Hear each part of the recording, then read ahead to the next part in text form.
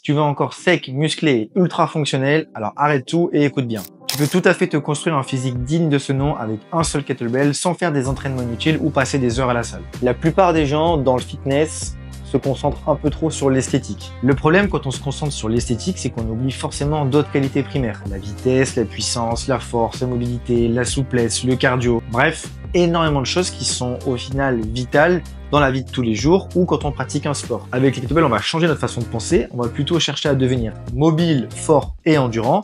Si on développe ces trois qualités-là, c'est obligé qu'une forme d'esthétique soit développée. Le problème avec les séances d'entraînement à la maison au poids de corps, c'est qu'au bout d'un moment, ton corps s'habitue à la résistance.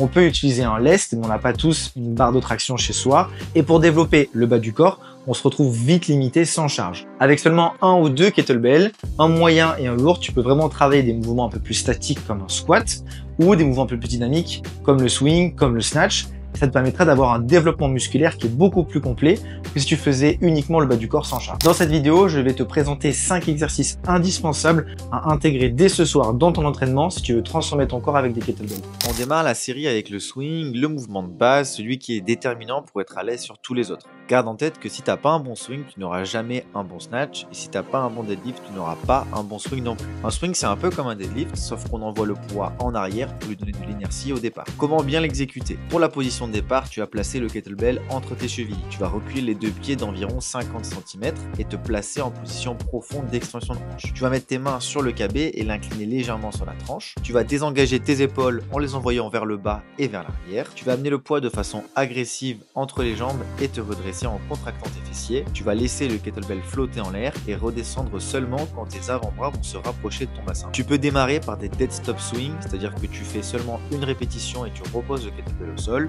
Une fois que tu es à l'aise, enchaîne les répétitions. Les erreurs courantes sont d'utiliser les bras et le dos au lieu des hanches, de monter le kettlebell un peu trop haut, essaie de viser au maximum la hauteur des épaules. Le timing est aussi très important, donc ne descends pas trop tôt et attends vraiment d'avoir la connexion au niveau du bassin avec tes mains avant de descendre dans ton extension de hanche. Les principaux muscles ciblés sont les fessiers et les ischios avec un développement de la puissance, les lombaires et les abdos pour maintenir la posture et le grip et les épaules pour l'endurance musculaire. Tu peux intégrer les swings dans ta séance en faisant 6 à 8 séries de 5 à 15 répétitions. Si tu fais moins de répétitions, tu vas bosser la force, donc prends un kettlebell un peu plus lourd. Un bon objectif à atteindre, ce serait de réussir à faire au moins 10 répétitions propres à 32 kg pour les hommes et à 24 kg pour les femmes. On enchaîne avec le Turkish Gallop. Je suis obligé de refaire un point sur ce mouvement car c'est vraiment une pépite. C'est la définition même de la stabilité et de la coordination. Il renforce ton corps en entier en le forçant à travailler en synergie. Il prépare aussi tes épaules à être assez fortes pour les presses ainsi que les snatchs. Pour la position de départ, tu vas allonger ta jambe gauche et tendre ton bras droit. La première étape est de se redresser sur le coude. C'est ce qu'on appelle un roll to elbow. Tu dois vraiment chercher à monter sur ton coude de façon diagonale et pas verticale comme un crunch. Avec une charge légère ou au poids du corps, tu peux réussir à monter en faisant un crunch, mais avec un kettlebell lourd, ce sera vraiment impossible. Ensuite, on monte sur la main, on garde tout le temps le regard sur le KB et le bras opposé reste bien tendu. On va ensuite passer au balayage. Repose bien ton genou dans l'alignement de ta main, les fesses en arrière et redresse-toi.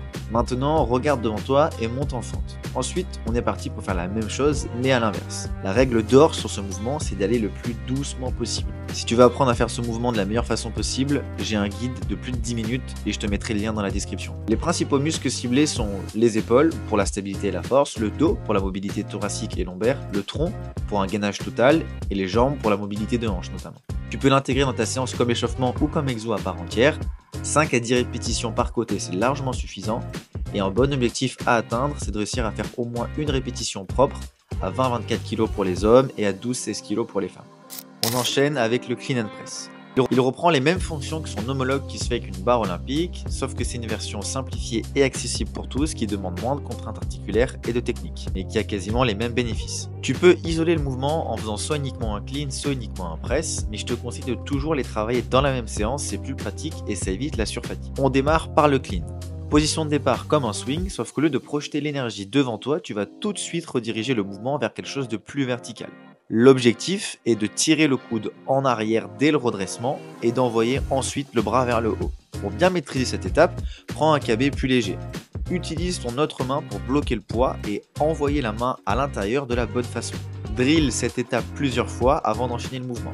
Si le poids te tape sur l'épaule, c'est que ton mouvement est trop horizontal et pas assez vertical. Donc pense bien à tirer le coude tout de suite vers l'arrière et envoyer le bras vers le haut pour réceptionner ton kettlebell le plus proche de toi. Le press démarre toujours en position de rack. Pour monter le KB dans cette position, soit tu fais un clean classique, mais tu peux aussi sauter cette étape si ta technique t'empêche de soulever plus lourd, mais pas ta force. Tu peux donc faire ce qu'on appelle un cheat clean pour le monter, où tu vas utiliser tes deux mains pour l'amener dans la bonne position.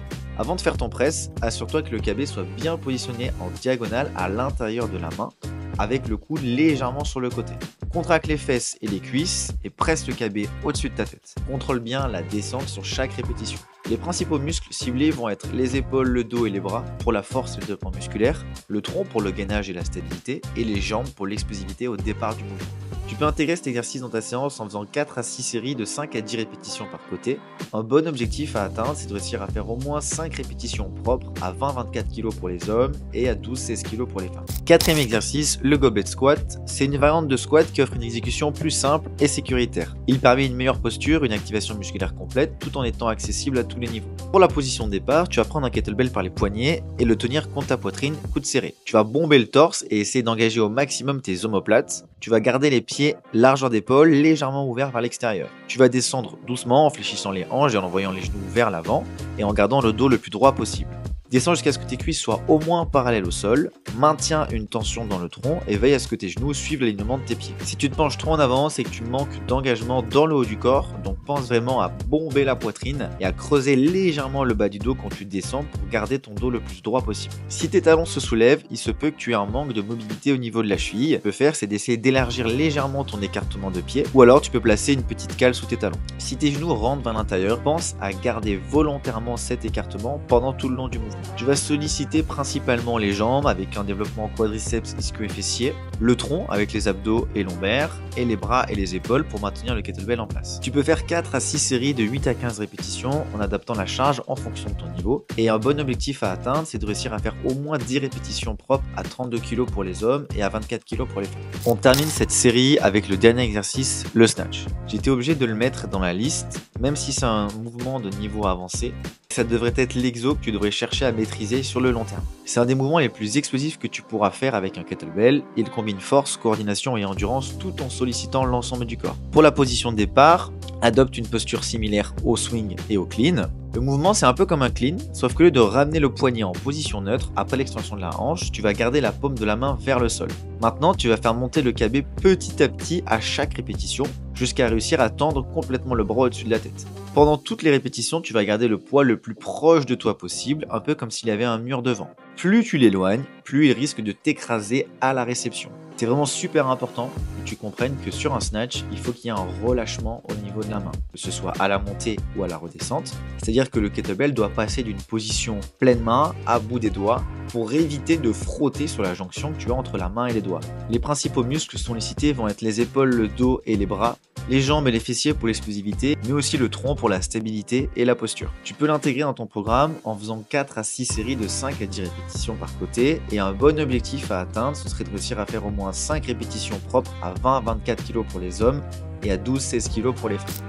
Ces 5 exercices avec kettlebell sont vraiment tout ce dont tu as besoin pour te construire un physique ultra complet. Un physique qui est fort, qui est endurant, qui est explosif et qui est mobile. Si cette vidéo t'a été utile, pense à liker et à t'abonner. Et dis-moi en commentaire lequel de ces exercices va te donner le plus de mal.